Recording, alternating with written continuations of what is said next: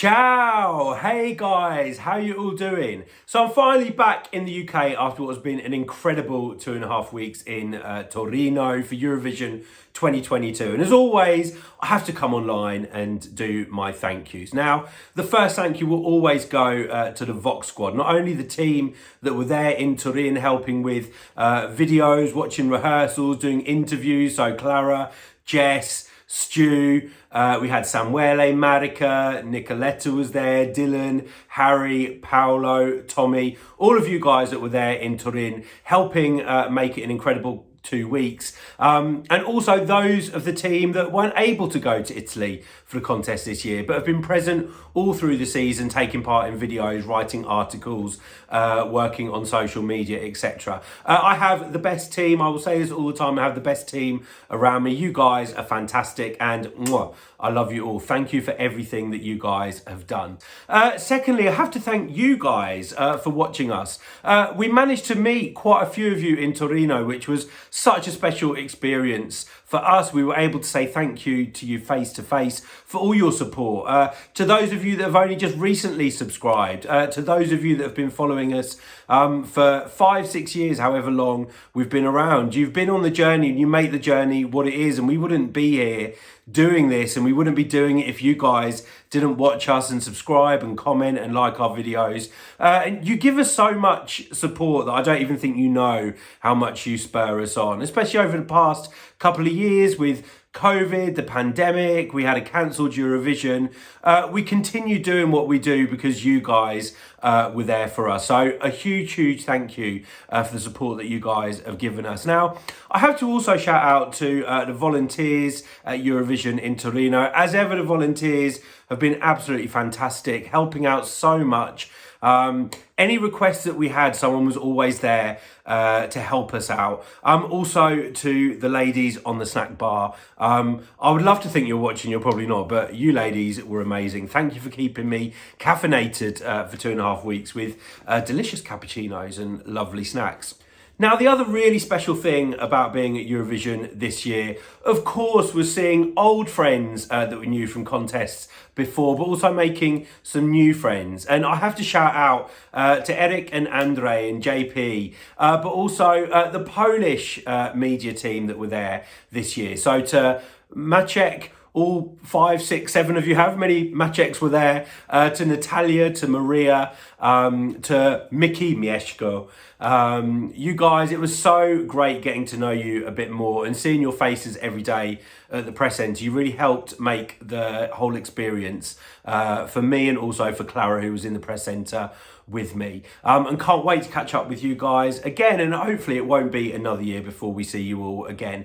And also to Morten from Eurovision Norway. I got to spend quite a bit of time with you. You're a star of the future, my man. And thank you for all the assistance that you were giving me in the first few days. And to all the other friends that we made in the press centre and some of the older faces that we saw, thank you as always. You really do help make the Eurovision experience what it is. And the Eurovision community is such a great community. It can be shrouded in lots of negativity, but there's so much positivity there as well. Also, I have to shout out to Arina and Vitaly from OGAE Ukraine. Now, it was so special and important to have you guys there, and I'm not sure you fully understand what an incredible job you did at raising awareness of the situation in Ukraine, but also making people understand about Ukrainian culture and Ukrainian identity.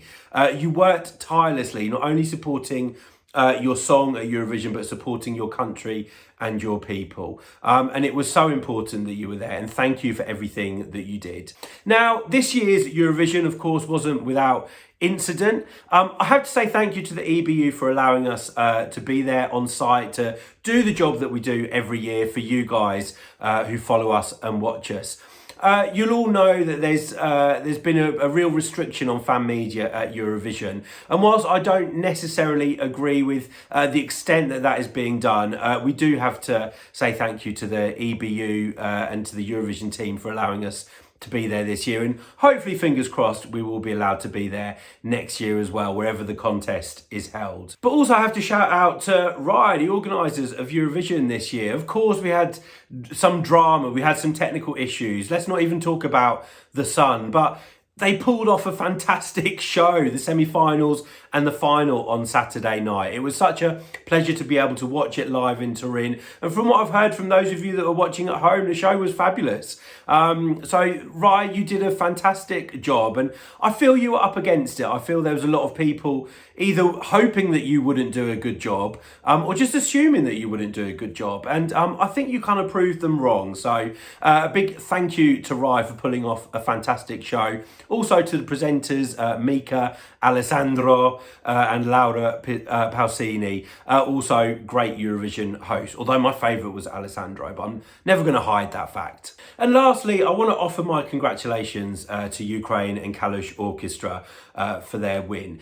Some of you may not agree with the amount of televotes they got or the reason behind why some people may have voted for Ukraine this year, but I'm not going to take anything away from their victory. It is completely deserved. I loved their song even before the illegal invasion of Ukraine took place, and it is a great song in my opinion.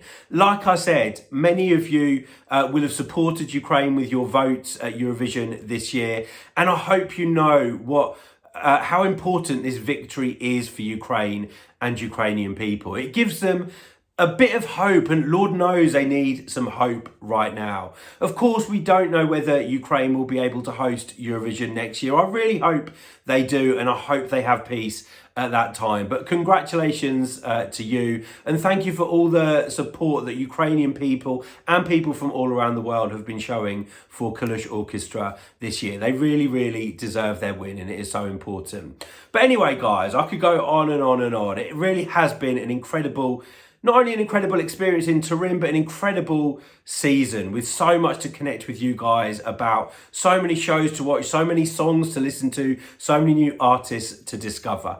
And I can't wait until Eurovision 2023, which will be less than a year away now. But of course, the season will start in 6 months time. Can't wait for it. Lots more new artists and music to discover. So anyway, guys, I'll leave you to it. Thank you so much for listening to me blabber on. Sending love to you all, and until the next video, see ya.